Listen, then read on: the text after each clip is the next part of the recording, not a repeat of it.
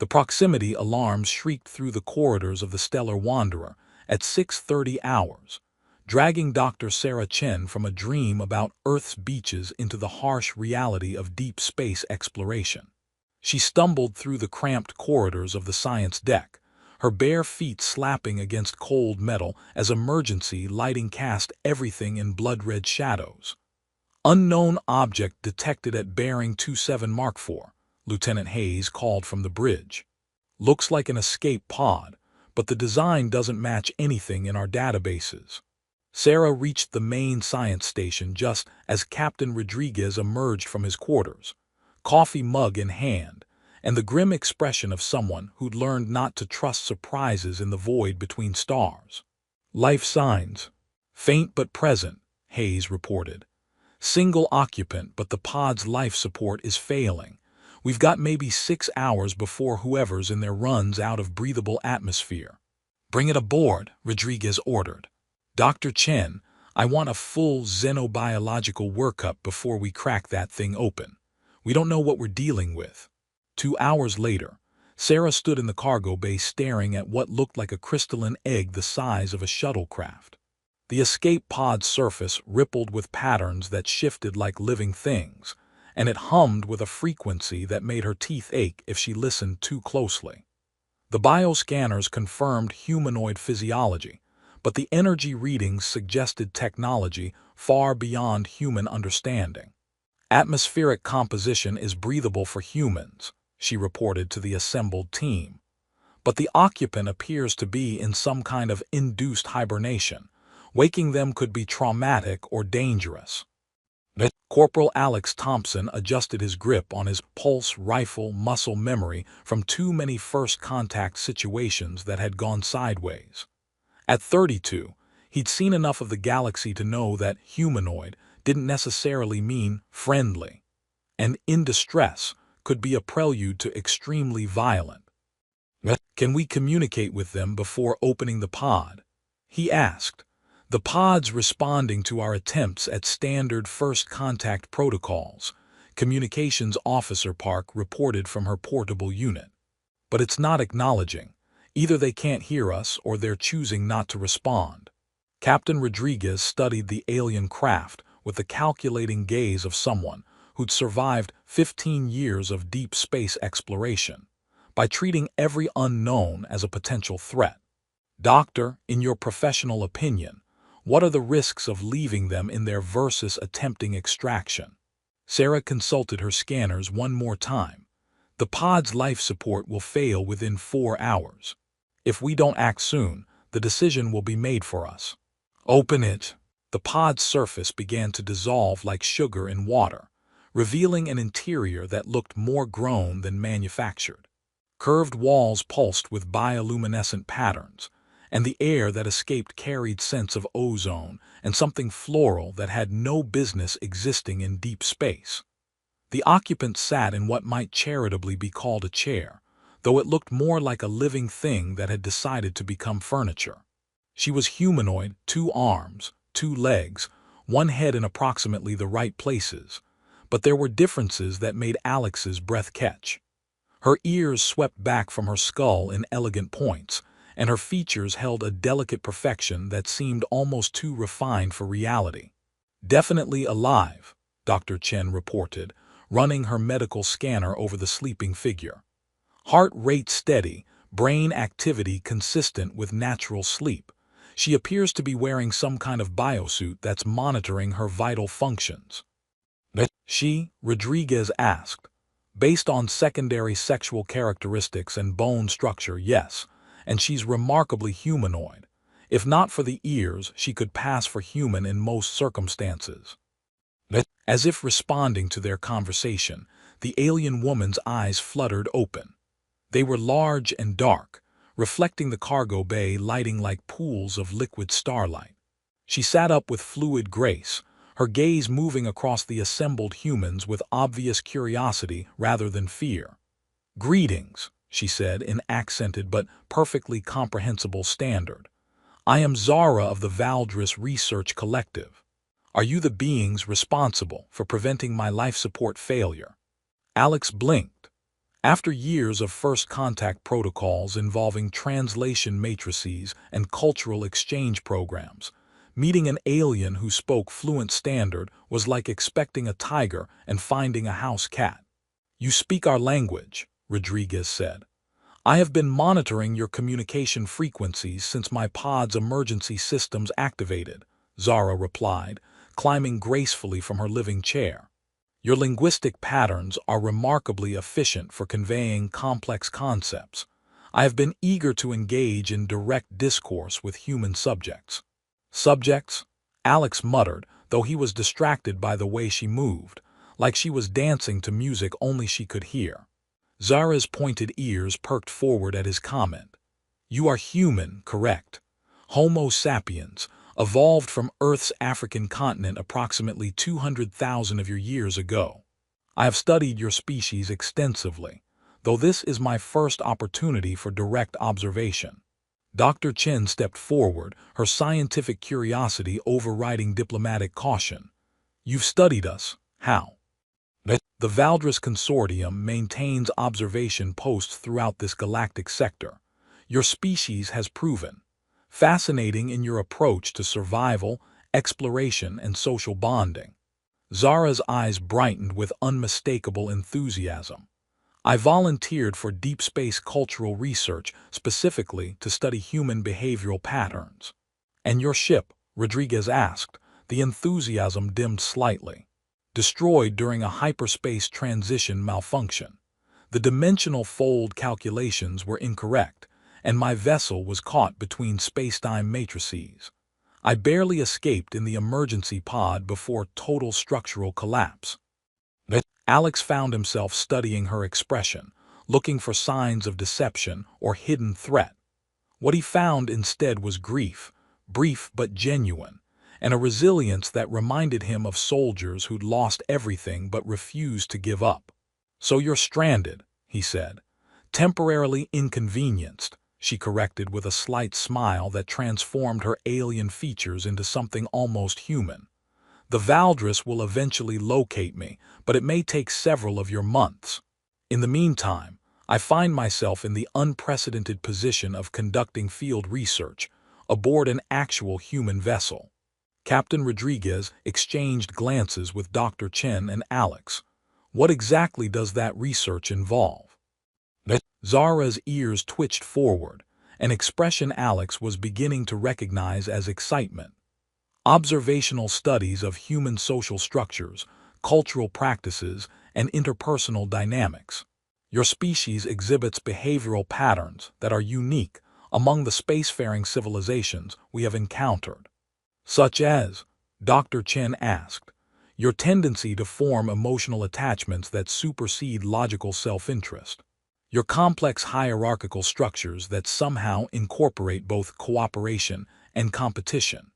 Your remarkable ability to find humor in situations that should logically provoke fear or despair."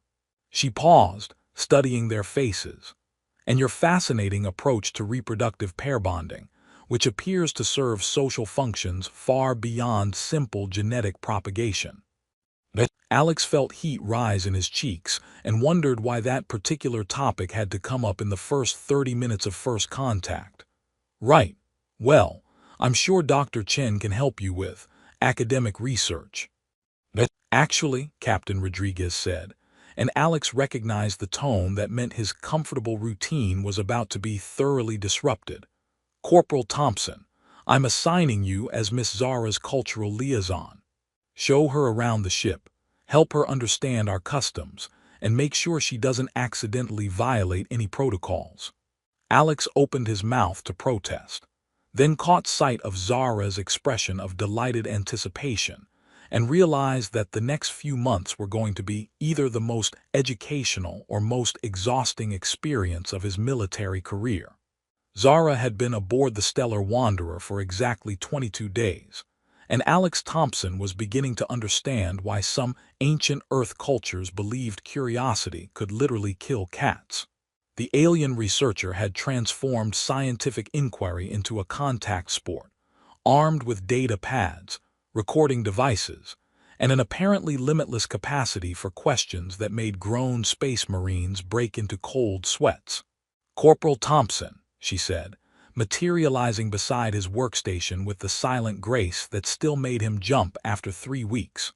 Her pointed ears were angled forward, and what he'd learned was her research mode posture. "I require clarification regarding human reproductive behavior." Alex's hands froze over the navigation console he'd been pretending to calibrate. "What kind of clarification?" She produced a data pad covered in notes writ in flowing alien script, interspersed with crude diagrams that looked like someone had tried to map human social interactions using mathematical equations. "I have been observing the pair bonding rituals between engineering technician Foster and communications specialist Walsh. Their behaviors suggest courtship patterns, but the underlying biological imperatives remain unclear." "Maybe they just like each other," Alex suggested, already knowing that simple answers never satisfied Zara's need to understand the why behind every human action. "But this is precisely what confuses me," she said, settling cross-legged on the deck with fluid grace. "Your species requires physical intimacy for reproduction, yet you engage in elaborate preliminary behaviors that serve no apparent evolutionary function. Yesterday, I observed Foster presenting Walsh with a small decorative object fashioned from recycled metal components.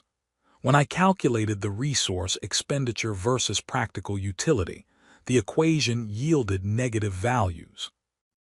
Alex glanced around the maintenance corridor, hoping someone else might wander by and rescue him from this conversation. No such luck. The universe seemed determined to make him the sole target of Zara's anthropological interrogations. "Humans don't always act logically when it comes to relationships," he said. "This fascinates me beyond measure." Zara leaned forward, her dark eyes reflecting the corridor lighting. "My people achieve reproductive bonding through neural harmonization. Two minds simply merge consciousness temporarily. It is efficient, purposeful, and eliminates the emotional complications I observe among your crew." "That sounds romantic," Alex muttered, turning back to his console. "You employ deflection through sarcasm," she observed with obvious delight. "I have documented this response in 17 crew members when discussing intimate topics. It appears to be a defense mechanism, designed to redirect conversational focus away from subjects that cause psychological discomfort." Alex's calibration tool slipped in his hand. "Did you just analyze my deflection technique?" "Yes, it provided excellent data for my behavioral mapping project." She made another note on her pad. "This relates directly to my primary research question regarding human reproduction. Based on my observations, the physical act appears to require significant emotional investment, vulnerability, and mutual trust from both participants. Unlike Valdris neural bonding, human reproduction involves extensive physical contact and seems to serve social bonding functions beyond genetic propagation." "That's..." Alex paused, realizing he was about to explain human sexuality to an alien anthropologist in a maintenance tunnel while the ship's recycling systems hummed around them. "Actually, that's a pretty accurate assessment." "Excellent. This brings me to my specific inquiry." Zara looked up at him with the same innocent curiosity she might display when asking about stellar navigation procedures. "Do humans really do this to reproduce? Can I try it too?" Alex's calibration tool clattered to the deck as he spun around fast enough to generate his own gravity field. His face cycled through several shades of red that probably weren't healthy for human physiology. "I'm sorry, what?" "Your reproductive process," she repeated with the same tone she might use to request access to the ship's library database. "I would like to experience it for research purposes. Direct observation has provided substantial data, but I theorize that participatory research would yield insights that passive study cannot achieve." "You want to?" Alex gestured vaguely, his brain apparently having decided that coherent speech was optional. "For research." "Precisely. It is analogous to studying starship navigation through simulation versus actual flight experience. Theoretical knowledge has limitations that practical application can overcome. She tilted her head, causing her pointed ears to shift in a way that Alex found entirely too distracting. You appear to be experiencing elevated stress responses. Have I committed a cultural violation? A cultural violation, Alex repeated weakly. Yeah, you could say that. I suspected as much. Your species maintains remarkably complex social structures surrounding reproductive behavior. However, I have identified you as the optimal research partner based on several calculated factors. She began counting on her fingers. You have demonstrated patience with my inquiries. You possess favorable physical fitness parameters, and you exhibit minimal xenophobic responses to my presence. Those are your selection criteria? Alex asked, his voice cracking. Physical fitness and xenophobia tolerance. Additionally, you emit pleasant pheromones, she added helpfully. Valdris possess enhanced olfactory capabilities, and your biochemical signature suggests genetic compatibility and emotional stability. Alex stared at her, trapped somewhere between panic and the hysterical urge to laugh. You're completely serious about this. Entirely serious.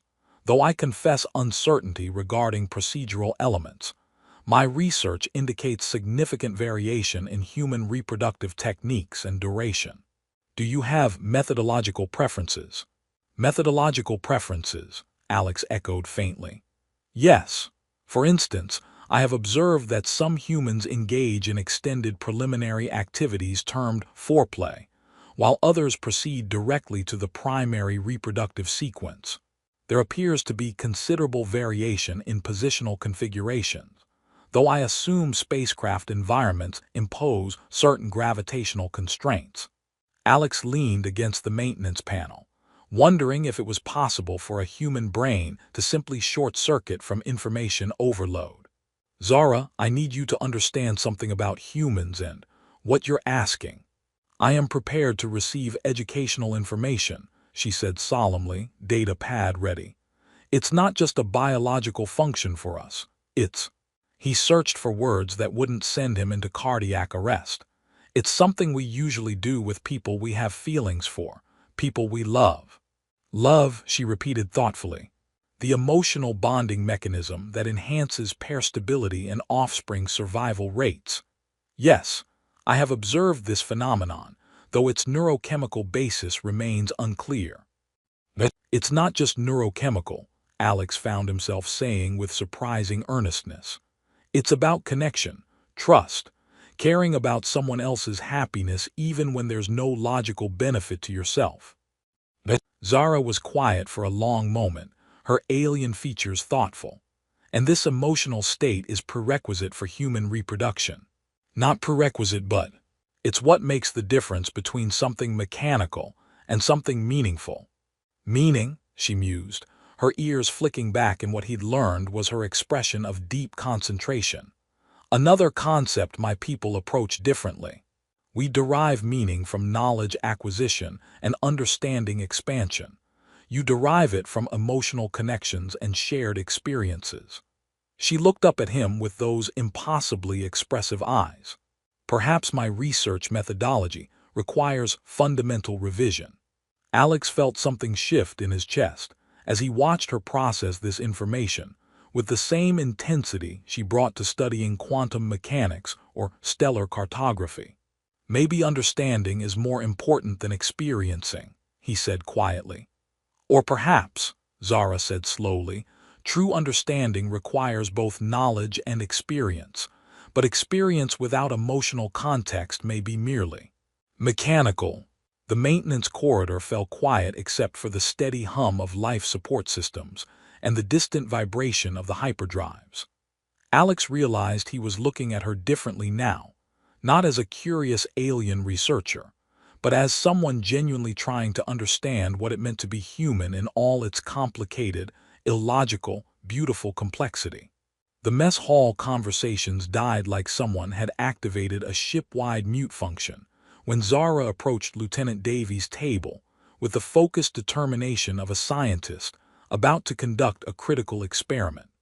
Alex, attempting to enjoy his synthetic coffee 4 tables away, felt his stomach perform several unauthorized gravity maneuvers as he recognized the particular angle of her ears that meant she was about to apply her research methodology to an unsuspecting victim.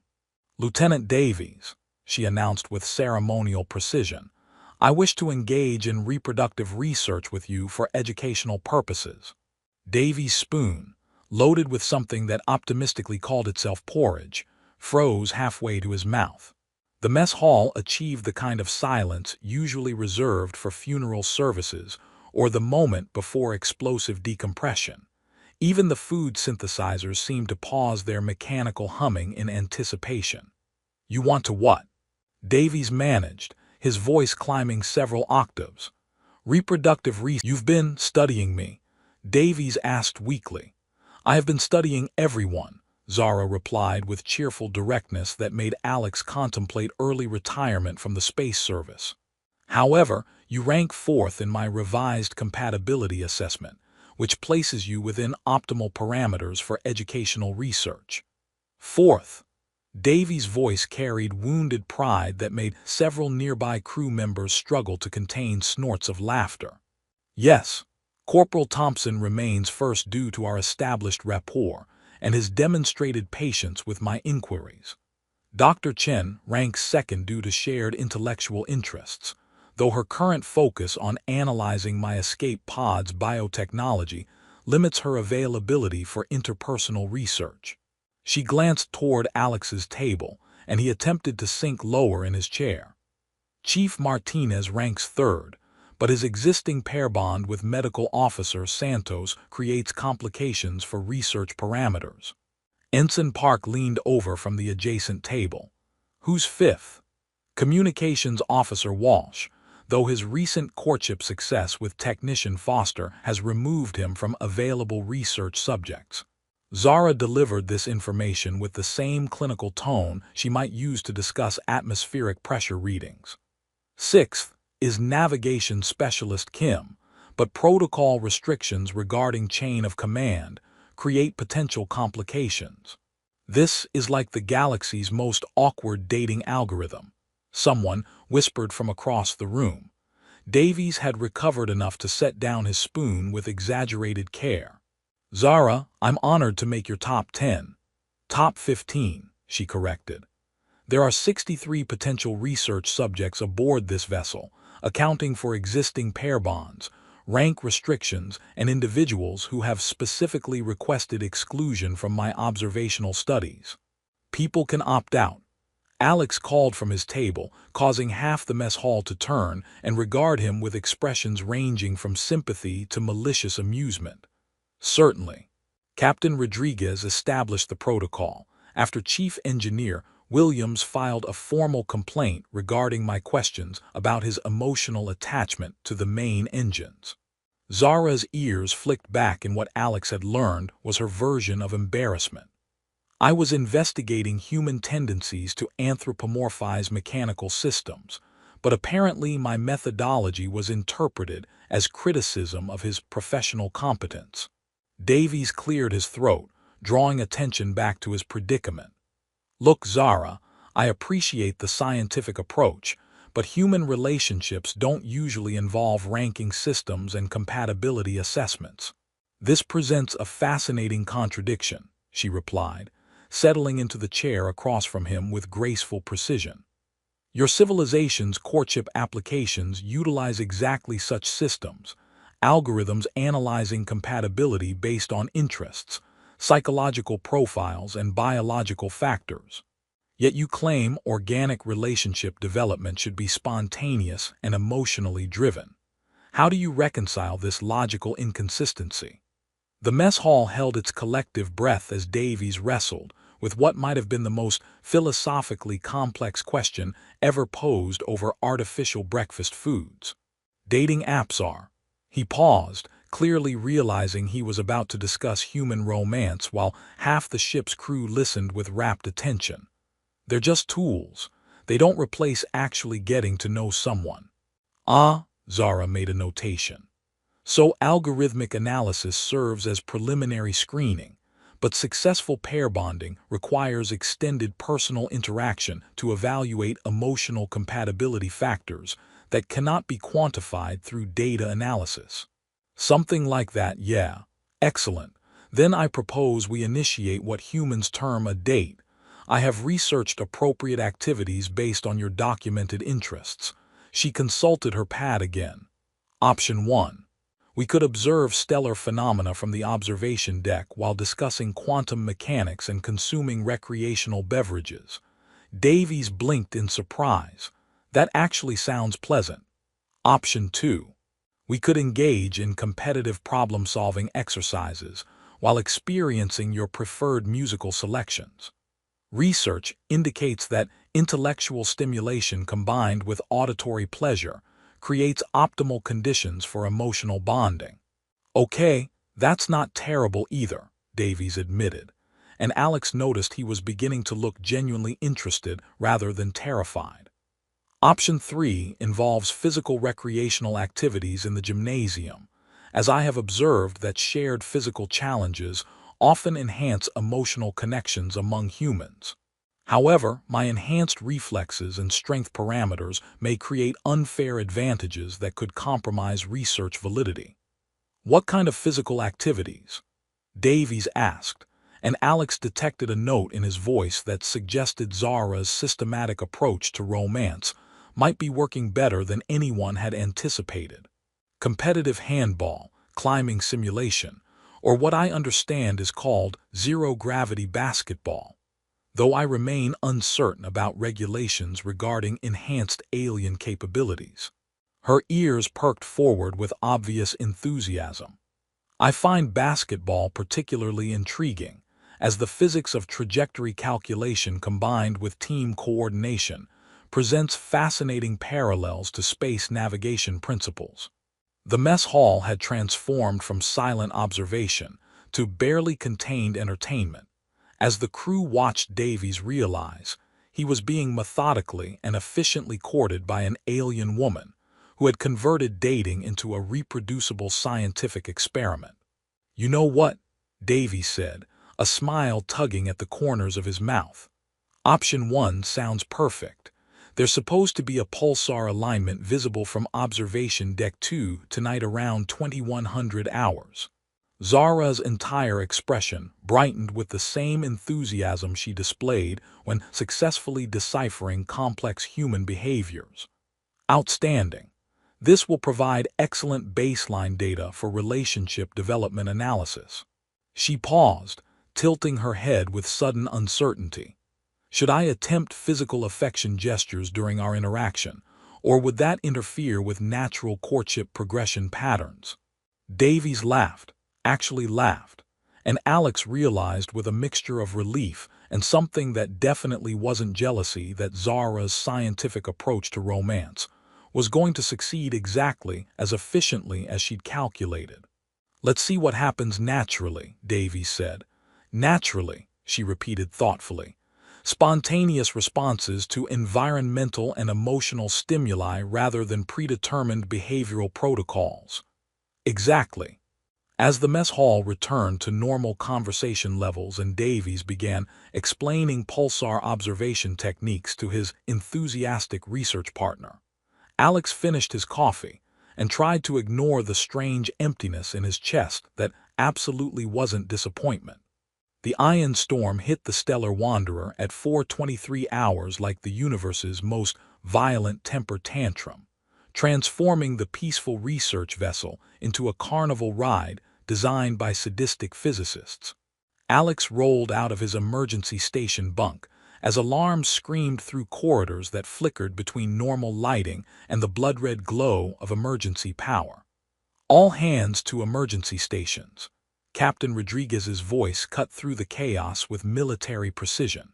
We've got a Class 5 ion storm moving faster than our navigation computers predicted. This is going to get ugly. Alex was pulling on his utility vest when his door chimed with unusual urgency. Zara stood in the corridor, her normally pristine appearance disheveled, carrying what looked like a collection of crystalline devices salvaged from her escape pod. Her pointed ears were pressed flat against her skull, her expression of extreme concern. "The energy patterns are wrong," she said without preamble. "Ion storms should not interact with quantum navigation systems, yet something is causing cascade failures in your helm control matrices." "English, Zara," Alex said, grabbing his emergency toolkit. "Your ship is losing the ability to navigate, and I believe I understand why." She held up a device that pulsed with shifting colors. "My escape pod's quantum resonance systems have been passively synchronizing with your ship's navigation computers since I came aboard. The process is harmless under normal conditions, but ion storm interference creates harmonic feedback loops that your systems cannot compensate for." They ran through corridors filled with crew members, moving with the controlled urgency of people who understood that panic was a luxury they couldn't afford in deep space. The bridge hummed with desperate activity as officers worked to maintain ship stability, while electromagnetic chaos raged around them. "Navigation is completely offline," Lieutenant Hayes reported over the noise of sparking consoles and emergency alerts. "We're flying blind in the middle of a storm that could rip us apart if we drift into the wrong energy pocket. Because your instruments cannot detect the quantum frequency variations causing the malfunction," Zara said, pushing through the crowd of bridge officers with Alex close behind. "Your technology lacks the sensitivity to perceive the harmonic interference patterns." Captain Rodriguez looked up from the tactical display, his face grim. "And you can fix this. Not repair, synchronize. My people evolved in regions with naturally occurring quantum storms. We developed biological sensitivity to frequency shifts that most species cannot detect." She connected her crystalline device to the navigation console, and immediately new data streams cascaded across the displays. "There, observe the quantum resonance patterns creating constructive interference. They are disrupting your navigation computer's ability to calculate safe passage through the storm." Alex stared at the displays, watching patterns emerge that looked like visible music written in mathematics and lightning. "What do you need to do?" "Recalibrate my pod's quantum signature to create destructive interference that will cancel the harmonic feedback," she said, her fingers dancing across alien controls with practiced precision. "However, this requires fundamental modifications to my escape pod's core systems. The changes will be permanent." Rodriguez stepped closer, his command experience recognizing the weight in her voice. "What does permanent mean for you?" "My pod's navigation systems are quantum-locked to Valdris dimensional mapping protocols. If I alter the core frequency to neutralize the interference, I will lose the ability to navigate the hyperspace corridors that connect to my home system." She paused, her dark eyes reflecting the storm's chaotic light through the viewports. "I may never be able to return to my people." The bridge fell quiet except for the steady beeping of failing systems and the increasingly violent shuddering as the storm buffeted their hull. Alex felt something cold settle in his chest as he realized what she was proposing. "There has to be another way," he said.